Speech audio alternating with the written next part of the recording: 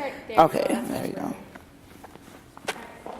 Should go up and piano a little. Oops, sorry, what? Should we have a little speed? Probably not because I have to have my computer up there for now. It'll be fine. Do this right? We are double covered, so one of these will work. It will. All right.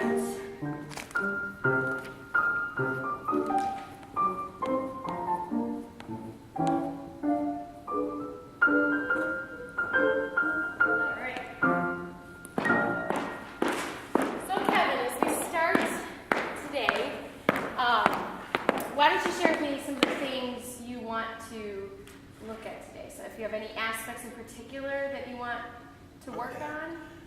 I think I'm kind of wary about like my arms and that affecting my upper chest and being stiff up here, and then not knowing how to move my arms in the correct way. So Sure, excellent. So here's what I suggest, that we run the piece once.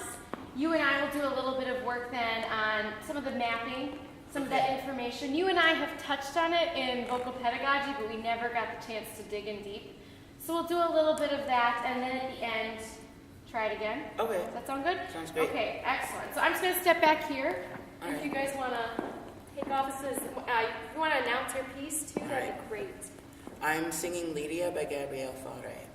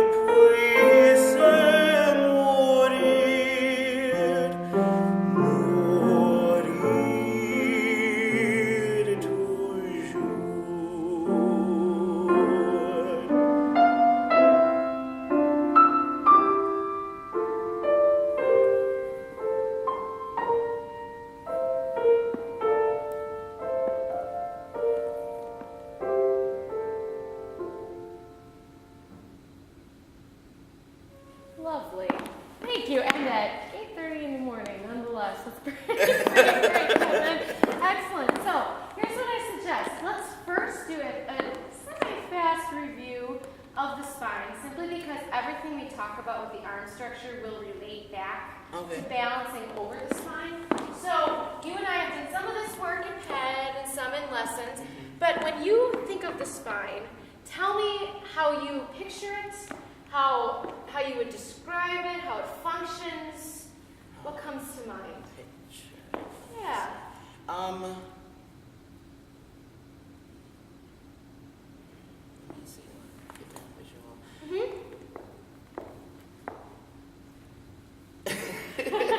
Well, I kind of know that it's not in the back of me.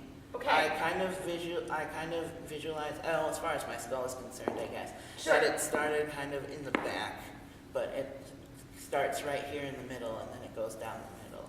Yeah.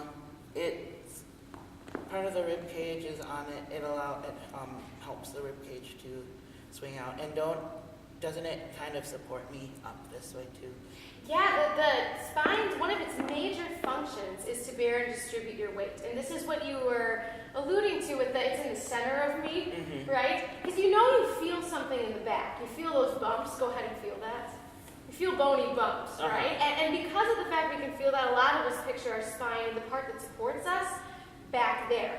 When in reality, Kevin, if you want to get in there and feel Fred too, this is fine. It's his name. And you'll find that we have these bony processes back here. And these muscles attach onto here. This also provides a home for the nervous system. If you take the skull bone right here, this is the base of the skull, flip it forward, you'll see we have the spinal cord that's housed within this portion back here. Okay. Now, what you were talking about was something being much more in the middle, this up here. Okay. Right? And so here we have our vertebrae, with what's in between the vertebrae? Cartilage? Yeah, exactly. So we have those cushioning discs, the cartilage. So that provides each vertebrae then is a place where movement is possible. There's the springiness and resiliency that's provided to us with that cartilage. So it's like shock absorption. So it's protected in that way. So it's segmented. The spine curves, right? Okay. But you were hitting at it a little bit there. That in your neck, the cervical vertebrae, these the discs themselves and the vertebrae are in the center. The spine curves backward a little bit, not drastically, but a little to accommodate our heart and lungs. Okay. You mentioned the ribs. That's awesome. Other structures meet the spine. The ribs meet in between the thoracic vertebrae, the vertebrae that are in the chest cavity there, which means that as our ribs swing up and out, your spine's going to gather a little and lengthen upon exhalation, which we've talked quite a bit about. And finally, the lumbar vertebrae, the last 5, are in the center again. Okay? So this is all really important to understand, again, the difference of what the structure in the front and in the back, that this is the portion that supports and bears and distributes your weight. It's also what your arm structure is supported by. So your arm structure balances over and above the spine and the weight-bearing portion of the spine. And we'll also talk, hopefully we have time to talk a little bit about what suspends the arm structure above the torso as well. So now let's jump into arms a little bit with this in context. We'll leave Fred here, so if you ever want to take a peek at him and just remind yourself, that's fine. Now, when you think of your arm structure, how would you describe an arm? Describe it. Yeah. What is an arm?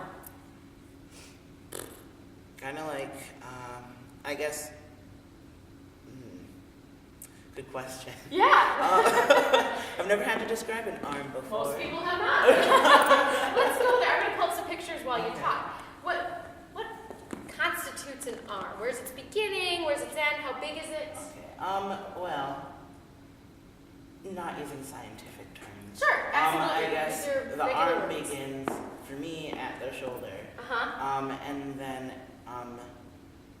I kind of consider the hand to be all part of it, so it's basically all of this here. And it's 8:30. This is your favorite thing, I know. It makes sense of words, I know. I'm the worst at that. You're doing great. So you picture it starting somewhere out here. Yeah. Is there a specific spot, or is it just kind of ambiguous a little? Honestly, I kind of have like a Ken doll idea of Sure. it. It's kind of like Right here. Yeah. Excellent. Kevin, that is pretty typical for what a lot of us map our arm as. We picture something shoulder-ish around here, and then this is my arm itself. Get ready to meet your entire arm structure. Check out this picture right here. This is your whole arm. So there are at least two major parts that are part of that arm structure that aren't currently in your map. And these are the parts, Kevin, that I've been noticing in some of your motions have not been quite so free, simply because they weren't included. Now, first of all, we have your collarbone and clavicle. Go ahead and feel that. You get to know where that bone is. Now, the cool thing is there's a joint where your clavicle meets the sternum. So that means that your collarbone can move. Put a hand on your collarbone and move your arm a little bit. Actually, put your hand quite flat. Yeah, so you can feel exactly how much motion is there. You feel that? Yeah. That one was kind of stunning to me, to be honest, when I first started doing some of the mapping of my arm. I never realized that bone moved. In fact, it's crucial to the movement of the arm structure. We also have shoulder blade. In the science world, the scapula, you can kind of reach around, and if you move around, you can feel, yeah, that moves a lot too. Now, this is what you had also mapped. We had our humerus and then the lower arm as well. We're going to spend most of our time looking at the upper arm. If you were mapping for piano or something, Kevin, we would get really into the lower arm and hand, but for us, it's up here. I think will be the most efficient. Now, as we talked about, we have that SC joint. I call it SC because I'm lazy and don't want to say sternoclavicular all the time. And that's the joint that we have here with the sternum and the clavicle. So as you saw, it moves quite a bit. And you also notice that when that sternum moves, what else moves? Or excuse me, when the clavicle moves, this SC joint. Help it, all those parts of the arm that we just talked. Yeah, the back and It all will move. If this is moving, if this joint has movement, scapula will follow. Humerus is going to move as well. So that's kind of neat. If it moves, everything else does as well. In fact, if you want to prove it to yourself, try moving this without your scapula moving.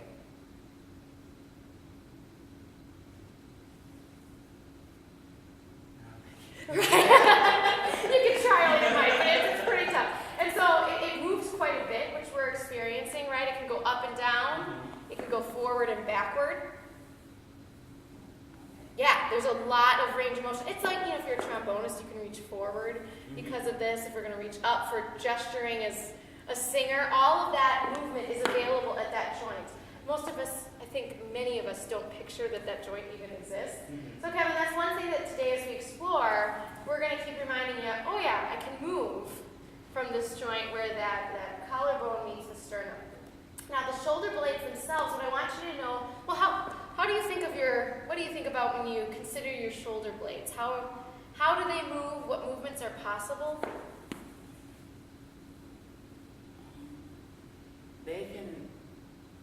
Don't they have like the same range of motion as your collarbone? They can go up and down and forward and back too. Right, they can move really in all directions. And what's important to know too is they can move independently of each other, right? That one collarbone or one scapula can be gliding forward while the other one's just chilling out. So we have this great range of motion.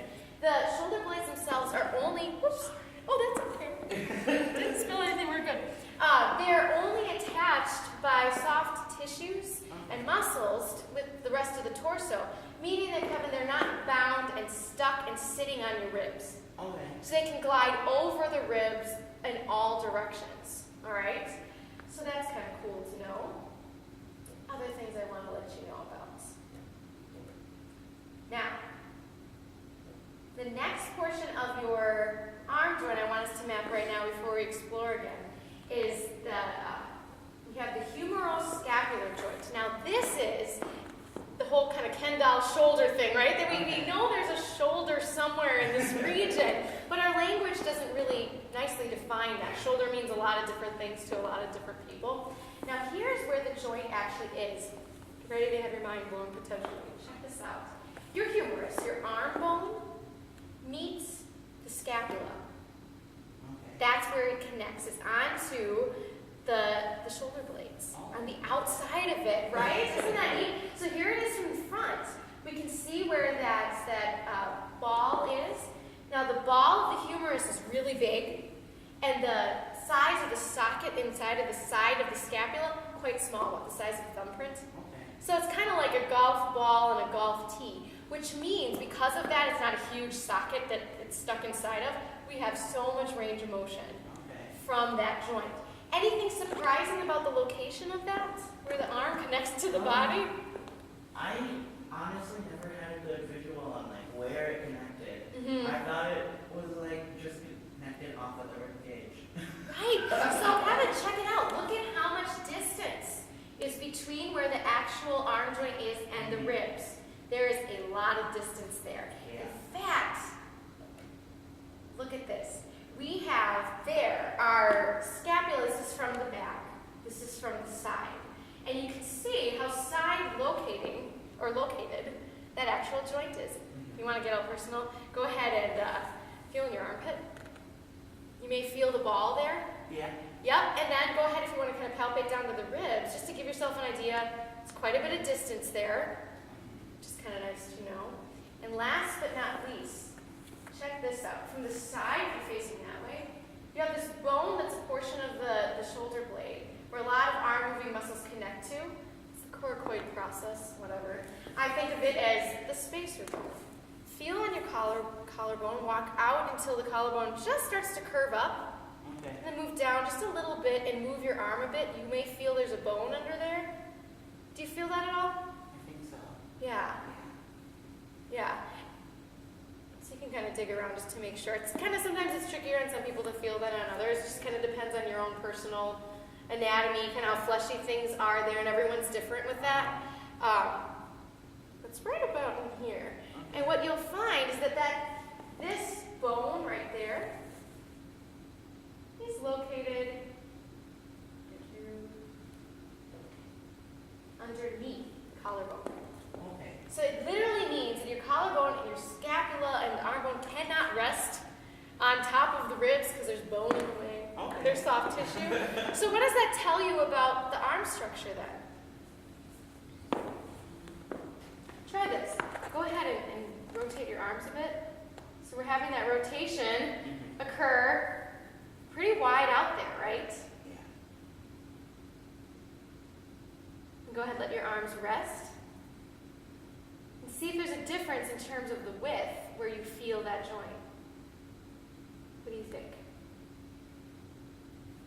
So that You want? Let's do another experiment. Let's do another experiment, another movement thing, and then we'll try this with you singing too. All right. There's something really cool about the way we're organized. We start making this movement actually when we're in the womb. It's called humeroscapular rhythm, which means that if my humerus moves, my clavicle follows, then so does my scapula. It's just the way we naturally move. It's the natural organization, say, a baby uses when they reach for something. So it's very primal, which you and I know we're after, right?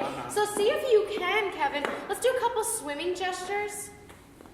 Recognizing that the width of where that shoulder joint is, first of all.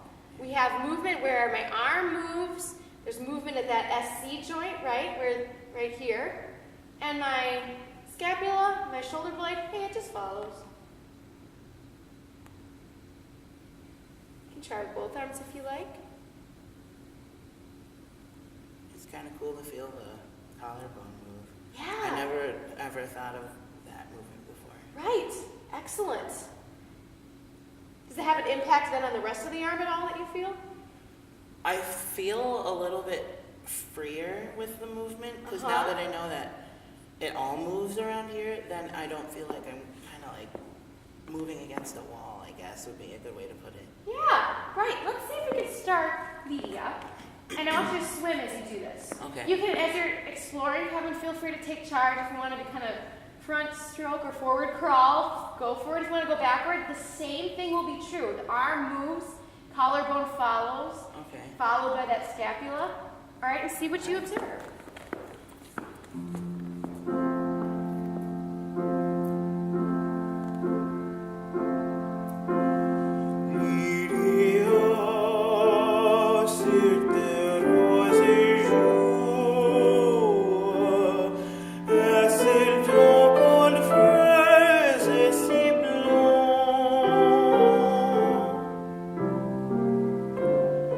Ooh.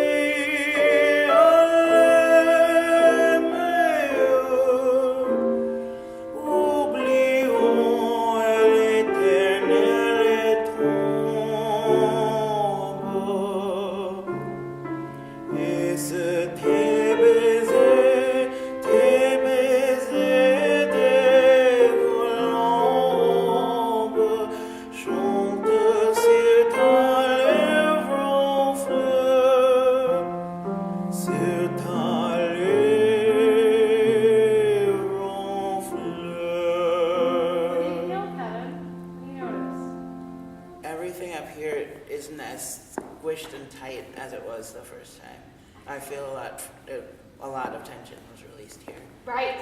Simply because before, Kevin, without that in your map, if we believe that there's no movement there, we won't let that move. We're gonna do our best, we're gonna do our darndest to keep it still because that's what we believe is true. Simply by knowing that movement's possible there, you're right. I bet you're gonna get that feeling of, is buoyancy a fair word for that? Yes. Yeah, love it. Now, here's something I observed, is that as you were backstroking, that humeroscapular rhythm of arm, collarbone, shoulder blade was really quite nice. Sometimes when you forward crawl, and this is what I see happens when you gesture, sometimes you're leading with the scapula. We have something like this that occurs. All right. Which, is that something that's a horrible thing to do? Not necessarily. I mean, if you look at Broadway, Bob Fosse made his whole career, right? Reversing this humeroscapular rhythm. So it's a choice you can make, but we want to make sure if we're going to kind of interrupt that natural primal flow, it's with intention and there's a choice for our character behind it. I think you're going to find that if you're initiating a gesture, because what's one that you do in Lydia? I do this. Right. So as we have that occur, you want to make sure, Kevin, how would you describe the order of that gesture? What moves? I would say the collarbone moves forward, and then the shoulder blade kind of follows that. Bingo. Exactly right. So when we get into trouble, Kevin, is if we hold that scapula, we move the arm, and then we let it follow. But we want to, which you're not doing. All right? But instead, you were kind of reversing it. Less dangerous, but not as free. So what if as you have that gesture occur, you let the arm moves, collarbone goes, and that scapula just follows. When do you sing that? Is that second verse? Or does that happen the first? It's the second verse. Second verse? Yeah. Should we try that? Sure. So if you want to, that happens kind of toward the end, true? Okay. In the beginning, can you do some of the forward? Yeah. Try a couple forward crawls now. See if you can have the arm, collarbone better.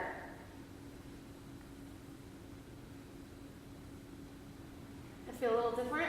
Yeah. Yeah. So arm, collarbone, scapula. Really, you don't have to do anything with it. It just comes along for the ride. There's no muscular effort to make it do the right thing. It just will. Okay. Okay? Great. Let's do the second verse. All right.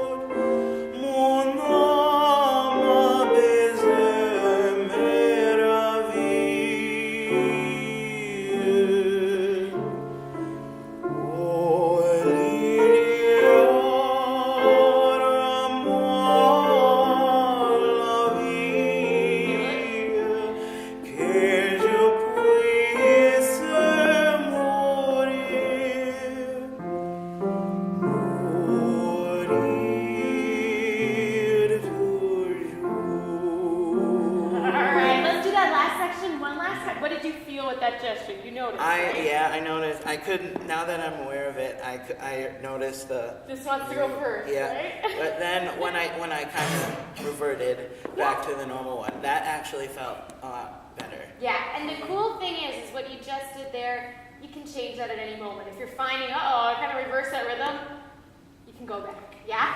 Let's try O Lydia. Is that where you gesture the O Lydia, leading? Arms, collarbones, I guess they're getting far, don't they? Forward. Oh, yeah. Yeah, exactly. There you go. And then your scapula can follow. Let's start right there.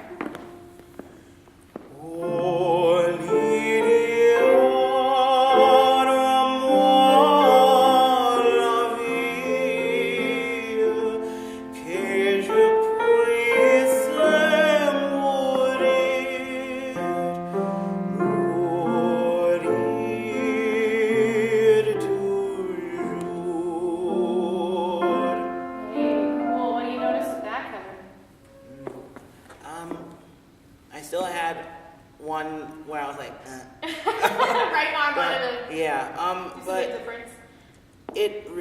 I think it helped like the tension, because I felt some tension, you know, when I went like this, because I was pushing it. Mm-hmm. But now that that's kind of relaxed, I just felt like my sound opened up a little bit more. Bingo, I'm glad you noticed that, Mhm. that it actually has quite a large impact on the freedom of the rest of the vocal mechanism. Mhm. And this has been an amazing thing that I've discovered throughout the years is how much, come on in, Emily, how much our arms impact what happens in the singing structures as well, which is kind of cool. So Yeah. free your arms, you're going to have a freer larynx, Mhm. right? Think back to vocal ped when we looked at some of those muscles that connect to, you know, that spacer bone I told you about? Mm-hmm. We have muscles that connect there, muscles that connect to the collarbone from that hyoid, right? Yeah. And so it really will obviously make a direct impact even if we're not directly controlling those muscles. Mm-hmm. So, kind of cool to know. One last idea I just want to throw out there for you is as you're finding and exploring this freedom now, the fact that the arms are not jointed to the ribs, what does that potentially mean to you for the freedom of your ribs? Is there an impact there? Yeah, I think it helps me visualize that the ribs can move independently of my arms, and that if I leave my arms stiff, that my ribs can still move, even though I shouldn't leave my arms stiff. But they Right, have a range of movement that's a lot bigger than I thought it was. That's cool. In fact, give yourself those little chicken wings. We've done this before. But notice, pull your air out and release. Yeah. Ribs swing up and out. There you go. That was more motion, right? So if you forward crawl and release with that humerus scapular rhythm. Right? Exhale, release. Do you notice the width, that up and out that's possible? Mm-hmm. Yeah, let's one more time, last time, do the Onidia, enjoying that gesture, the freedom that happens, arm, collarbone, scapula, and hey, enjoy what happens with those upper ribs, okay?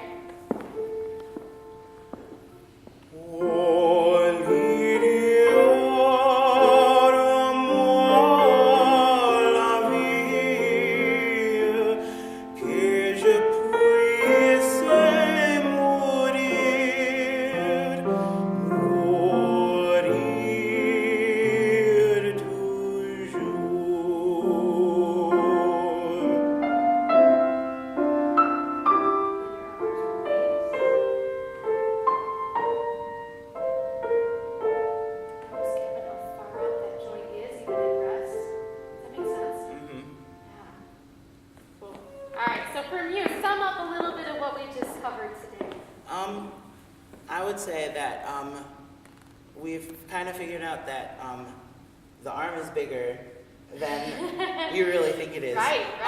And that there's parts of it that you, the collarbone, the shoulder blade, that are part of that movement. And if you allow those to move, it'll release tension here. Yeah. And that also, because of the placement of the socket, Which is on the side. which is on the side. On the side, yep. It also helped me realize that there's more room for me to expand up here. Excellent. So that helps my breathing. Excellent. So Kevin, I suggest that sometime even before the semester's done, maybe in one of these upcoming lessons, if you're game, as we're post-recital now, that you and I explore a little bit more as well to further find detail in that map that the arm structure truly is separate from that torso. We're going to look at how not only does the spine support the arm structure, but it's slung above by some soft tissue as well. Okay. So it's supported from underneath, like a suspension bridge, as well as from above. So, sound good? Sounds great. All right, thank you, Kevin, for coming in. Thank you. Appreciate it. Thank you, Dr. Shapiro. Yes, thank you. I'm going to turn these off for a second, and we'll move on to Miss Emily.